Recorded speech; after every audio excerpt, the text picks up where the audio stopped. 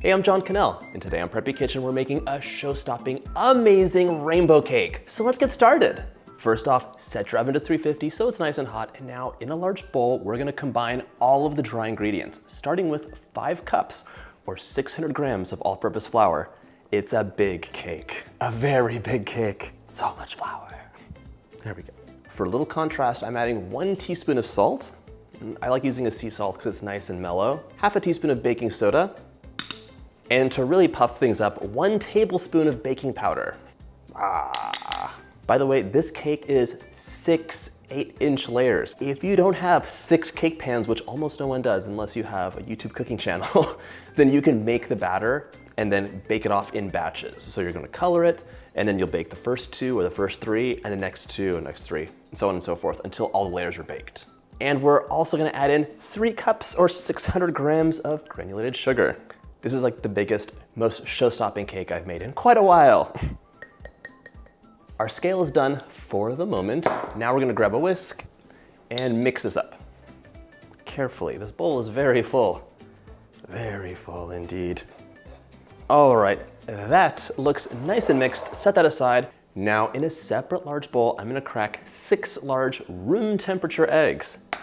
You always want room temperature ingredients when you're making a cake because the cake will bake evenly if it's not ice cold in the middle. If you're using cold milk, cold eggs and everything else, the outside will be burnt, the center will be underdone and soft, and you'll be sad. So room temp it is. Most importantly, especially since I did the big bowl and not a small one, is to check for shells. You never know. I'm in the clear. To the eggs, we're gonna add 1.5 cups or 360 mils of whole milk. Right in. And 1.5 cups or 360 mils of veggie oil.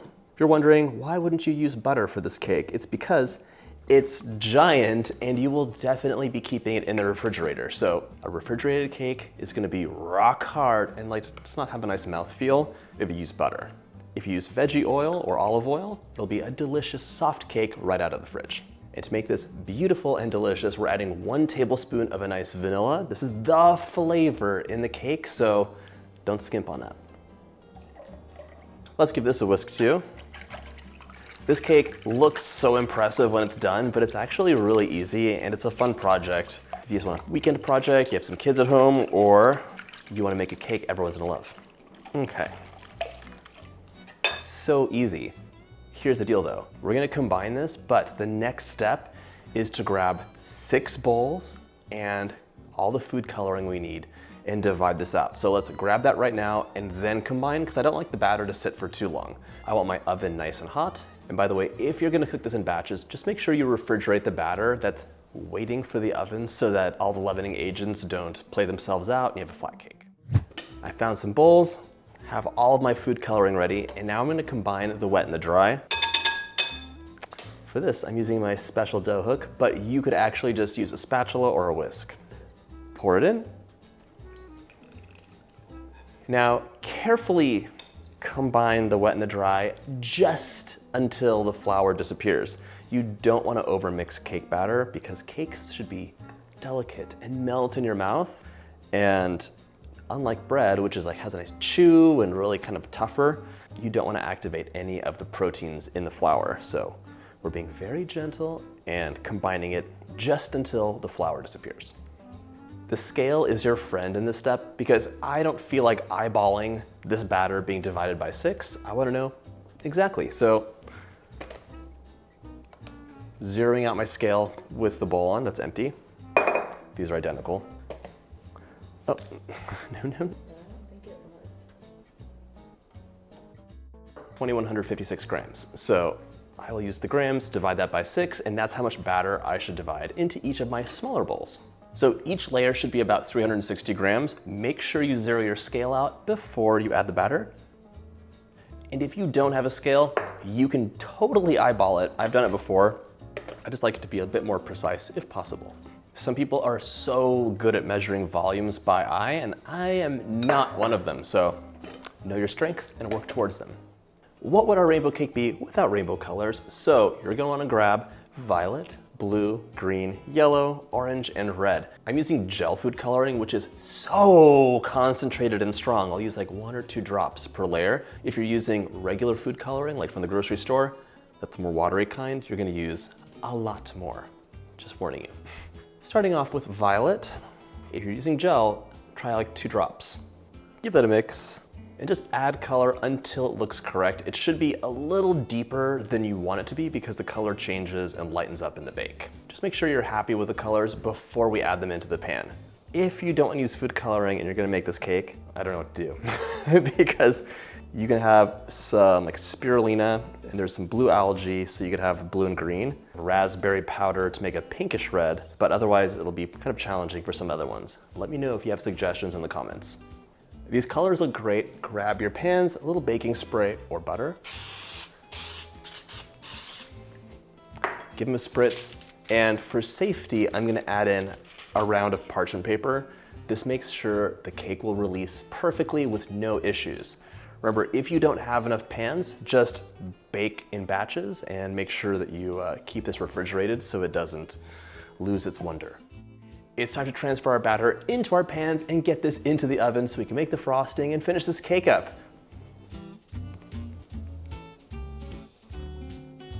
My rainbow pans are ready to go into the oven, 350 for about 20 minutes or until the center is all set. You can use a toothpick or test for springiness. In you go.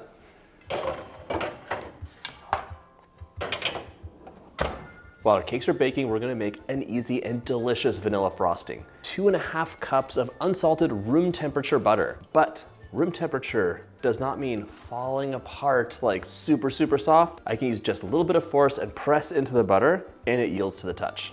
That's 454 grams. When you're making an American buttercream, it's so easy to like nudge it up a little bit if you want a little bit more for decoration. Pop a whisk attachment on, and now we're going to cream this butter up so it's nice and soft. I'm also gonna add in a heaping 1/4 teaspoon of salt. With anything sweet, you need to add some salt so you really taste it. Otherwise, it's one flat note of just like dull sugar. So you need a little bit of salt and extra flavorings to liven things up. My butter's creamed up. I'm gonna scrape the bowl down, and then we're gonna mix on medium for 5 minutes. I wanna pump a ton of air and volume into this butter. Okay. Lock it off, medium, 5 minutes. A few minutes later, I have to show you this butter. Oof. It is so pale and glossy. I don't know if you can tell, but I wanna show you this compared to the original color. Look at that difference. That is very stark. And yes, I did scrape the bowl down a couple times during that 5-minute beating. All right, we're gonna add in 9 to 10 cups of powdered sugar. That's between 11 and 1,200 grams. Okay, we're gonna mix this on low. I'm probably using just under 1/2 cup of cream. I'm adding it in a tablespoon at a time between the powdered sugar. Sugar, cream, until it is the perfect sweetness and consistency that you want.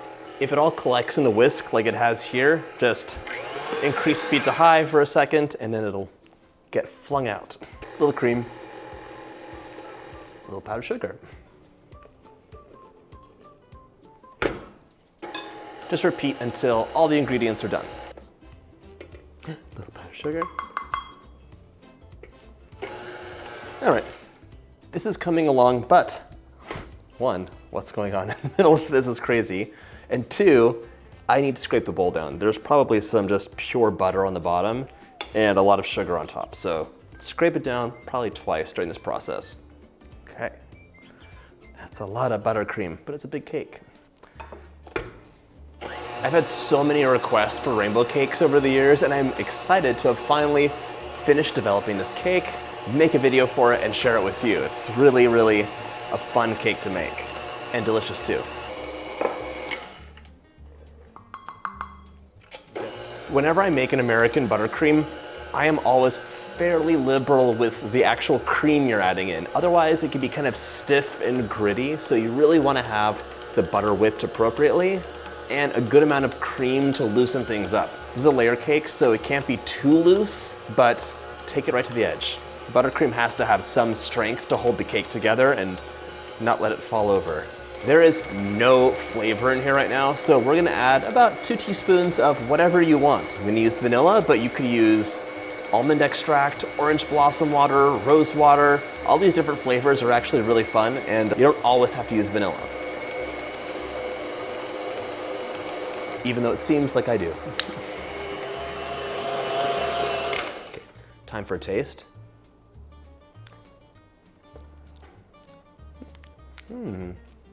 That's nice. So creamy. One warning, this is a perfect, wonderful consistency right now.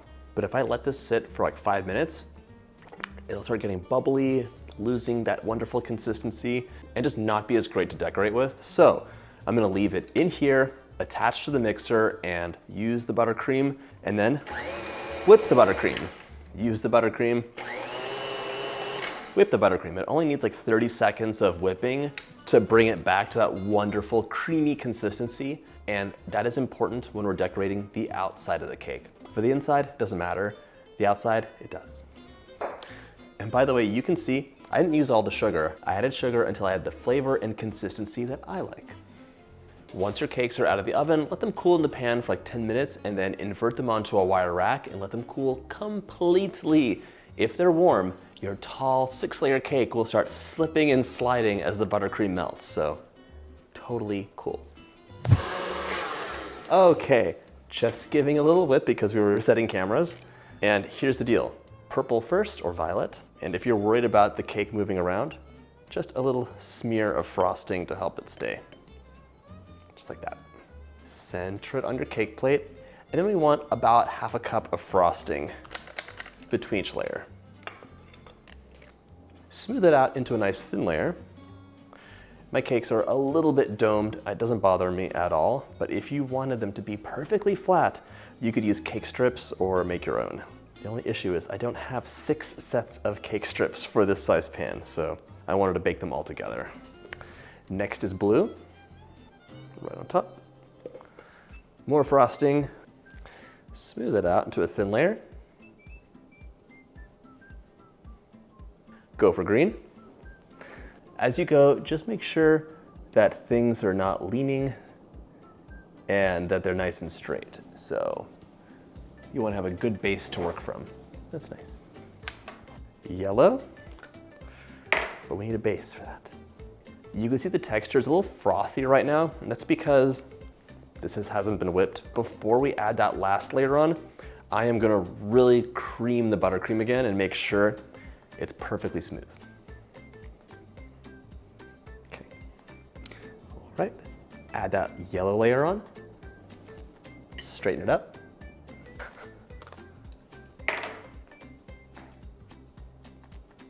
Time to add orange on. A little more frosting. And finally, red. This is a mega cake. So tall, oh my gosh. Big scoop of frosting on top.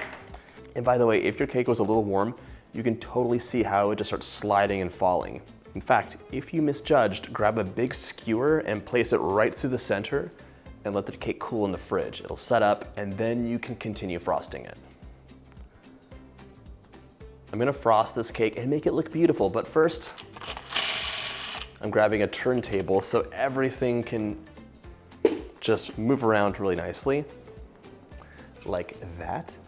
And I also need a couple more tools. I have a lot of gaps to fill in this cake, so grab some buttercream. I'm using an offset spatula, but you could also use a bench scraper, and start slathering that buttercream on, and then we'll smooth everything out once it's completely covered. When you have a giant cake like this with tons of layers, there's an issue. And that is, as you press on one side, the cake will just want to flop over. So go ahead and just use your fingers to brace the top on the opposite side while you press. So here, my fingers are going to provide support while I get the frosting on. And then when I smooth it, I can get rid of the little fingerprints. My cake is coated finally. So now it's time to smooth things out. This is your friend in the kitchen. It's a bench scraper. This lets you turn the cake and get a nice smooth finish. My cake's mostly smooth. Don't go crazy and try to get a mirror perfect cake because that is a road to frustration. If you did want to do that, you would do a crumb coat really close, refrigerate the cake, make another batch of frosting, and then do a full thick frosting on the outside so it'd be perfectly smooth. As it is, it's really difficult to get a smooth edge because the layers are all a little bit askew, just a tiny bit. This cake is delicious, but it's a little ho-hum, so I'm gonna make an extra tiny batch of frosting so we can get some decorations onto it. And yes, I'm gonna grab some sprinkles too. So just carefully make little spirals as you turn the cake. It has a lot of height, depth, and dimension. That looks so much better. You can't have a plain rainbow cake. For a bit of visual interest on the bottom, I'm adding a ripple of buttercream with a smaller close start attachment. I'm finishing my cake off with a sprinkle of sprinkles just over the top and the bottom, everywhere. Once assembled, give your cake a quick chill so it's easy to cut, then slice it up and you're ready to enjoy. So gorgeous. I cannot get over how pretty this cake is, especially when that piece comes out.